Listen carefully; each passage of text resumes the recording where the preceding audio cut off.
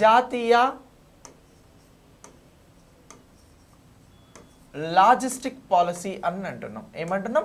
జాతీయ logistic policy. So ఈ జాతీయ లాజిస్టిక్ పాలసీ అనేది మనకి ఇంపార్టెంట్ సార్ అని అంటే చాలా ఇంపార్టెంట్ అండి. మీరు అతి త్వరలో రాయబోయేటువంటి ప్రతి ఎగ్జామ్లో కూడా క్వశ్చన్ అడగడానికి అవకాశం ఉన్నటువంటి ఏరియా. సో ఇప్పుడు ఈ జాతీయ లాజిస్టిక్ పాలసీకి సంబంధించి, నేషనల్ లాజిస్టిక్ పాలసీకి సంబంధించి సో ఇందులో ఉన్నటువంటి అన్ని అంశాలను గురించి తెలుసుకుందాం. సో సిలబస్లో చాలా క్లియర్గా అడుగుతున్నారు ఇండియాలో వచ్చినటువంటి పాలసీస్ ఏంటి అని చెప్పేసి. ఇది కొత్తగా ఇటీవల సెప్టెంబర్లో వచ్చినటువంటి పాలసీ, సెప్టెంబర్ 17న వచ్చినటువంటి పాలసీ. ఈ పాలసీ మీద క్వశ్చన్ అడగడానికి అవకాశం అనేది ఉంది. సో మీకు తెలుసు జాతీయ అంటే నేషనల్ వైడ్, పాలసీ అంటే విధానం. మరి లాజిస్టిక్ అంటే ఏంటి? లాజిస్టిక్ అని అంటే ఏమిటి అని అంటే వస్తువులను సేకరించడం, ఆ సేకరించినటువంటి వస్తువులను గమ్యస్థానాలకి చేరవేయడమే లాజిస్టిక్ అని అంటున్నాం. ఏమంటున్నాం? వస్తువులను సేకరించడం, వస్తువుల సేకరణ, అలాగే ఈ వస్తువులకి సంబంధించి వీటిని గమ్యస్థానాలకి చేర్చడం. ఇగో సింపుల్ అండి. దీన్ని ఏమంటున్నాం మనం? లాజిస్టిక్ అని చెప్పేసి మాట్లాడుతున్నాం. ఇగో ఈ లాజిస్టిక్ అనేది ఎక్కువగా ఎక్కడొస్తుంది అని అంటే ఎగుమతులు, దిగుమతులు, ఎక్స్పోర్ట్స్ అని అంటాం. సో ఈ ఎక్స్పోర్ట్స్ అండ్ ఇంపోర్ట్స్కి సంబంధించి దిగుమతులు అని అంటాం. దిగుమతులు వీటిని ఏమంటున్నాం? ఇంపోర్ట్స్ అని చెప్పేసి మాట్లాడుతూ ఉన్నాం. సో లాజిస్టిక్ అనేటువంటి పదం ఎగుమతులు దిగుమతులకి సంబంధించింది. ఎగుమతులు దిగుమతులలో మీకు తెలుసు ఏముంటావి అని అంటే వస్తువుల సేకరణ ఉంటుంది, వాటిని భద్రంగా అవి చేరాల్సిన చోటికి చేర్చడం అనేది ఉంటుంది. ఇగో దీనినే లాజిస్టిక్ అని అంటున్నాం. ఈ లాజిస్టిక్కి సంబంధించే ఈ 2022 సెప్టెంబర్ ఎప్పుడు అని అంటున్నాం? 2022 సెప్టెంబర్ 17న ఏమొచ్చింది అని అంటే ఈ నేషనల్ లాజిస్టిక్ పాలసీ అనేది రావడం జరిగింది అని అంటున్నాం. ఏమొచ్చింది అని అంటున్నాం? నేషనల్ లాజిస్టిక్ పాలసీ అనేది వచ్చింది. ఇటీవల నేషనల్ లాజిస్టిక్ పాలసీని ఎప్పుడు తీసుకొచ్చారు అని అంటే సెప్టెంబర్ 17. ఇటీవల నేషనల్లో తీసుకొచ్చిన పాలసీ ఏంటి సెప్టెంబర్ మంత్లో అంటే లాజిస్టిక్ పాలసీ.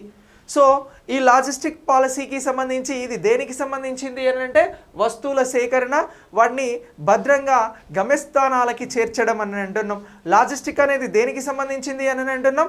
ఎగుమతులు దిగుమతులకి సంబంధించి. ఒక దేశ ఆర్థిక వ్యవస్థ అనేది బలంగా ఉండడానికి ఎగుమతులు దిగుమతులు అనేవి అత్యంత కీలక పాత్రను వహిస్తాయి. ఈ ఎగుమతులు దిగుమతులల్లో ఏమైనా తేడాలు వస్తే, వ్యత్యాసం వస్తే దాన్ని బ్యాలెన్స్ ఆఫ్ ట్రేడ్ అని అంటాం. భారతదేశానికి సంబంధించి ప్రపంచ దేశాలకి సంబంధించి బ్యాలెన్స్ ఆఫ్ ట్రేడ్ అనేది తగ్గినప్పుడు దేశ ఆర్థిక వ్యవస్థ అనేది క్రిటికల్గా మారుతుంది. సో ఇలా ఈ లాజిస్టిక్ అనేది ఎగుమతులను దిగుమతులను ప్రోత్సహించి మరింత బలోపేతం చేస్తుంది అని అంటున్నాం. సార్ మరి ఇప్పుడు దేశంలో ఈ నేషనల్ లాజిస్టిక్ పాలసీని తీసుకురావాల్సినటువంటి అవసరం ఏముంది సార్ అని అంటే ఉంది. ఎందుకు అని అంటే ఇప్పుడు భారతదేశంలో పూర్తి స్థాయిగా పారిశ్రామిక విధానాల కంటే ఎక్కువ పారిశ్రామిక విధానాలతో ముందుకెళ్తున్నటువంటి దేశాలు USA అంటే United states of America, Singapore ఇలాంటి దేశాలలో లాజిస్టిక్గా అవుతున్నటువంటి ఖర్చు కేవలం 7% నుంచి 8% మాత్రమే. ఎంత ఖర్చు అవుతుంది లాజిస్టిక్కి సంబంధించి? 7 నుంచి 8% ఖర్చు అవుతుంది. మరి ఇదే భారతదేశంలో లాజిస్టిక్ ఖర్చులు ఈ దేశాలతో పోల్చి చూస్తే మన దేశంలో ఎంత ఖర్చు అవుతుంది లాజిస్టిక్కి సంబంధించి అని అంటే 14% నుంచి 15% ఖర్చు అవుతుంది. అర్థం కాలేదా ఈ రెండు? నేను అర్థమయ్యేటట్టు చెప్తా. ఫర్ ఎగ్జాంపుల్ ఒక 1000 రూపాయల ఏదైనా సరుకు ఉంది, లేకపోతే ఏదైనా వస్తువు ఉంది, ఆ వస్తువుని తరలించాలి అని అంటే ఈ దేశాలలో 7 నుంచి 8 రూపాయలు ఖర్చు అవుతుందండి. ఎక్కడ? అభివృద్ధి చెంది పారిశ్రామిక విధానాలలో, పారిశ్రామిక రంగంలో ముందున్నటువంటి దేశాలలో. మరి ఇదే భారతదేశంలో అదే 1000 రూపాయల వస్తువును ఎగుమతో లేదో దిగుమతో చేయాలంటే 14 నుంచి 15 రూపాయలు ఖర్చు అవుతుంది. అంటే ఈ దేశాలలో అయ్యేదానికంటే డబుల్ అయితే ఇక్కడ అవుతుంది కదా. సో ఇప్పుడు దీన్ని తగ్గించుకోగలిగితే ఇక్కడ లాజిస్టిక్లో ఇండియా అనేది స్ట్రాంగ్ అవుతుంది కదా. సో ఇలా ఈ లాజిస్టిక్ అనేది ఇప్పుడు భారతదేశానికి అవసరం.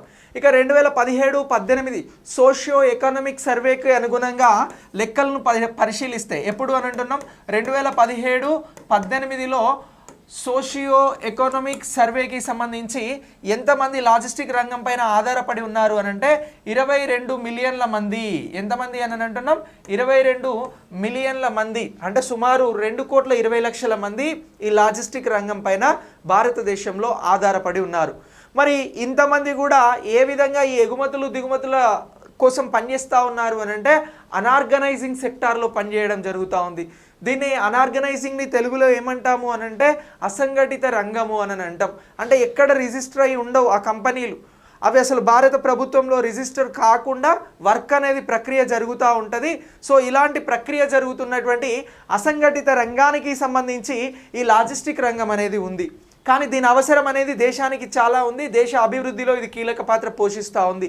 ఇప్పుడు దీన్నంతా కూడా ఆర్గనైజింగ్ చేసి ఇందులో అవుతున్నటువంటి ఖర్చులను చాలా తక్కువకి తగ్గించి సింగపూర్, అమెరికా లాంటి దేశాలలాగా మన దేశంలో కూడా ఈ వ్యవస్థను పటిష్టం చేసేందుకోసం అని చెప్పేసి ఇప్పుడు భారతదేశంలో ఈ నేషనల్ లాజిస్టిక్ పాలసీ అనేది తీసుకురావడం జరిగింది.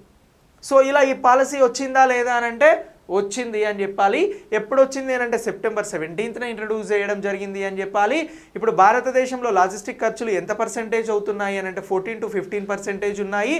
అభివృద్ధి చెందినటువంటి దేశాల్లాగా 7-8%కు ఈ ఖర్చులను తగ్గించుకోవడానికి భారత ప్రభుత్వం ఈ జాతీయ లాజిస్టిక్ పాలసీని తీసుకొచ్చింది.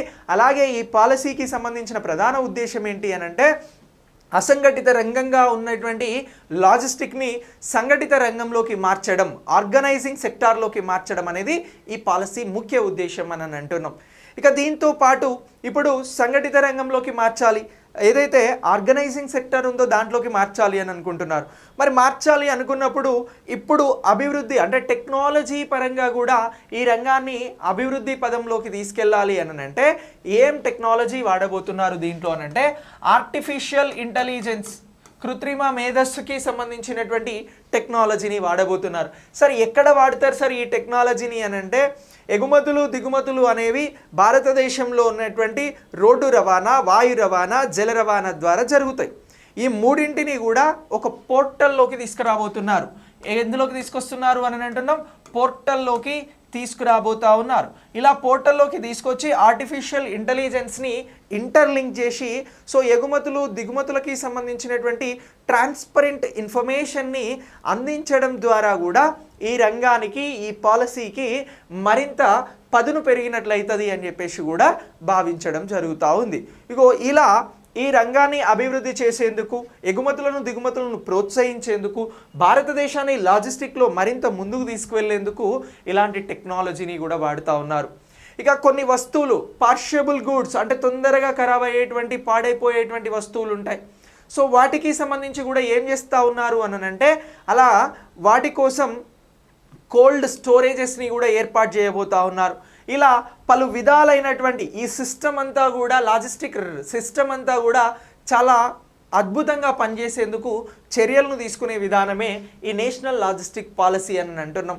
మరి ఈ లాజిస్టిక్ పాలసీకి సంబంధించి వరల్డ్ వైడ్గా లాజిస్టిక్ పర్ఫార్మెన్స్ ఇండెక్స్ అనేది ఇస్తూ ఉన్నారండి. ఏమి ఇస్తూ ఉన్నారు అని అంటున్నాం లాజిస్టిక్ పర్ఫార్మెన్స్ ఇండెక్స్ అనేది ఇస్తూ ఉన్నారు. ఒకసారి దీనికి సంబంధించి 2018 ఇండెక్స్ చూసినట్లయితే లాజిస్టిక్ పర్ఫార్మెన్స్ ఇండెక్స్ భారత్ పనితీరు ఎలా ఉంది అని అంటే ప్రపంచ దేశాలలో భారత్కి 44వ ర్యాంక్ ఉందండి. ఎన్నవ ర్యాంక్ ఉంది అని అంటున్నాం లాజిస్టిక్లో 44వ ర్యాంక్ ఉంది.